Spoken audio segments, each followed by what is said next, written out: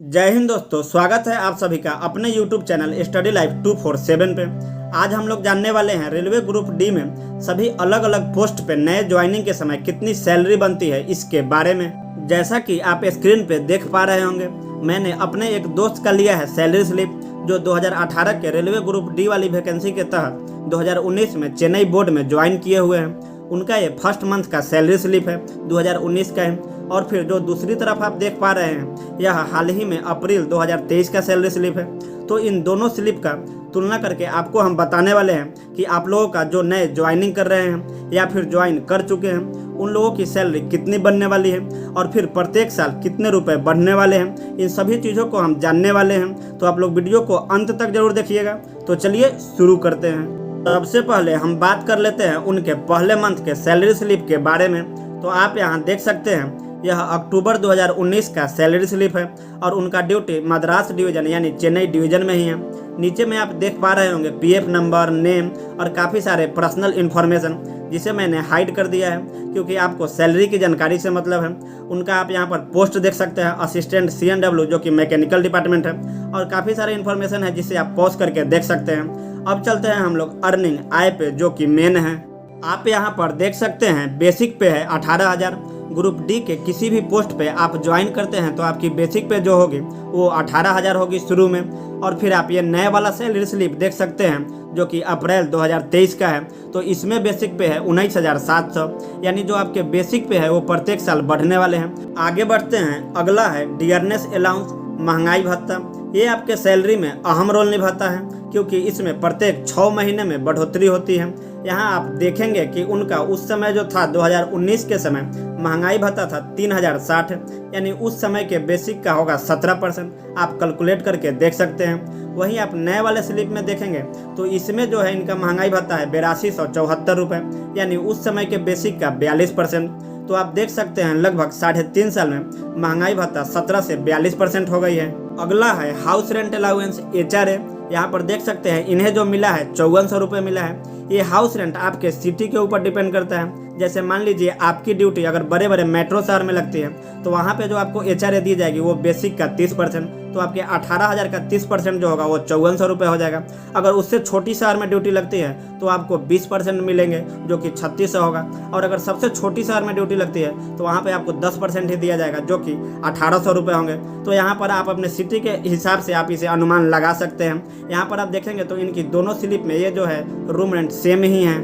अगला है transport allowance, परिवहन भत्ता, जो कि लास्ट भी है क्योंकि ये 4 अलाउंस जो है सभी डिपार्टमेंट के स्टाफ को मिलते हैं। और इसके अलावे और क्या क्या अलाउंस मिलते हैं वो भी आपको आगे बताएंगे। पहले ये देख लेते हैं ट्रांसपोर्ट अलाउंस। यह जो है आपके ड्यूटी आने जाने में जो खर्च होती है उसके लिए यह भत्ता दी जाती है। यहाँ पर आप देख सकते हैं इनका जो उस समय का जो ट्रांसपोर्ट अलाउंस था वो था 1580 रुपये, और वहीं आप अगर नए वाली सैलरी स्लिप में देखेंगे तो वह भी हो गया है 1917 रुपये, यानी ये भी जो है आपके प्रत्येक साल बढ़ती रहती है। तो इस हिसाब से आप इनका देखेंगे जो कि पहले महीने का सैलरी है 2019 के समय वो है कुल ग्रॉस सैलरी 28,040 रुपये। फिर इसमें जो है कुछ कटौती भी होती है जैसे NPS, गवर्नमेंट टैक्स, लेकिन इनका जो है पहले महीने में कोई NPS नहीं कटा है, केवल 9 रुपये कटा है जो कि हेल्थ इंश्योरेंस के रूप में कटा है। NPS जो है इनका बाद में कटना स्टार्ट हुआ होगा। और आप यहाँ पर देख सकते हैं जो नेट सैलरी है यानी कि जो इन हैंड सैलरी है वो है 28,031 रुपये। वहीं अगर आप नए वाला सैलरी स्लिप देखेंगे अप्रैल 2023 का तो यहाँ पर है उनका बेसिक पे 19,700 रुपये, महंगाई भत्ता है 8274 रुपये। और ये जो आप एरियर DA देख रहे हैं यह वो है, जैसे महंगाई भत्ता जो है आपका प्रत्येक जनवरी और जुलाई में बढ़ती है, लेकिन सरकार उसे 2-3 महीने बाद एरियर बना कर देती है। वही वाला ये जो है इस मंथ में इनका आया है। फिर हाउस रेंट है 5400 रुपये, ट्रांसपोर्ट अलाउंस है 1917 रुपये। तो आप देख सकते हैं ये सभी अलाउंस मिलाकर इनका टोटल ग्रॉस सैलरी जो बना है 38,382 रुपये। फिर यहाँ पर जो है इनका टोटल कटौती जो हुआ है 3222 रुपये हुआ है, जिसमें मुख्य रूप से NPS है, नेशनल पेंशन सिस्टम जिसे कहा जाता है। ये पैसे आपको रिटायरमेंट के बाद मिलेंगे। और फिर यहाँ देख सकते हैं इन सारे कटौती के बाद जो है इनका नेट पे जो है इन हैंड सैलरी वो बना है 35,060 रुपये, यानी जो है इनके इस 3.5 साल के दौरान जो है लगभग 6 से 7,000 रुपये सैलरी बढ़े हैं। अब बात कर लेते हैं कि आप लोगों की सैलरी कितनी बनेगी नए ज्वाइनिंग के समय। तो चलिए जानते हैं। तो जो आप लोगों की बेसिक सैलरी होगी वह होगी 18,000 रुपये।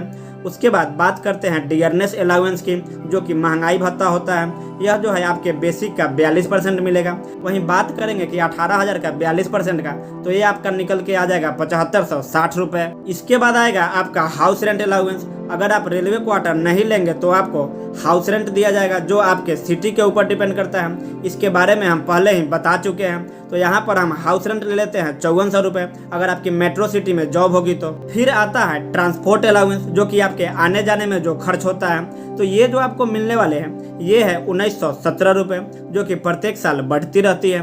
तो ये जो अभी आपने देखा 4 अलाउंस, बेसिक सैलरी, महंगाई भत्ता, रूम रेंट, ट्रांसपोर्ट अलाउंस, ये सभी डिपार्टमेंट के कर्मचारी को बिना कोई एक्स्ट्रा चार्ज के दिया जाता है। इसके अलावा जो आपको अलाउंस मिलने वाली है, जैसे कि आप अगर ट्रैकमैन पोस्ट पे काम करते हैं तो उसमें आपको रिस्क अलाउंस मिलेंगे। अगर आप वर्कशॉप में काम करते हैं तो उसमें आपको इंसेंटिव अलग से मिलेगा। इसके अलावा भी और कई सारे अलाउंस अलग अलग होते हैं, जैसे नेशनल हॉलीडेज के। अगर आप नेशनल हॉलीडेज के दिन काम करते हैं तो उसके लिए भी आपको अलग से रुपये मिलेंगे, लगभग 384 रुपये। फिर अगर आप नाइट ड्यूटी करते हैं, रात में अगर आपकी ड्यूटी लगती है तो उसके लिए भी आपको अलग से रुपए दी जाती है। इसके बाद जो है अगर आपको ड्यूटी के लिए कहीं बाहर भेजा जाता है तो उसके लिए भी अलग से पैसा बनता है, जिसे ट्रेवलिंग अलाउंस कहा जाता है। तो इतनी सारी जो है आपको यहाँ पर एक्स्ट्रा अलाउंस मिलने वाली है। अगर यहाँ पर हम एक्स्ट्रा अलाउंस ना जोड़े, केवल यह यहाँ पर 4 ही अलाउंस जोड़ते हैं, बेसिक सैलरी, महंगाई भत्ता, रूम रेंट, ट्रांसपोर्ट अलाउंस, तो ये जो है चारों मिलाकर जो है आपके कुल ग्रॉस सैलरी जो बनने वाले हैं वो है 32,877 रुपये। तो आप यहाँ पर अनुमान लगा सकते हैं कि अगर आपको एक्स्ट्रा अलाउंस भी मिलने लगे तो आपकी सैलरी और कितनी ज़्यादा होने वाली है। और इस ग्रॉस सैलरी में से आपके कुछ एनपीएस भी कटने वाले हैं, कि आपके एनपीएस कटने के बाद जो है आपकी कम से कम जो सैलरी होने वाली है वो 30,000 के आसपास होने वाली है। इसमें जो है कुछ आपके सिटी और डिपार्टमेंट के हिसाब से कुछ सैलरी घट और बढ़ भी सकती है। तो दोस्तों, आपको ये जानकारी कैसी लगी कमेंट बॉक्स में जरूर बताएं, और वीडियो अच्छी लगी हो तो आप इसे लाइक और सब्सक्राइब करना ना भूलें। इसी तरह के अपडेट के लिए धन्यवाद।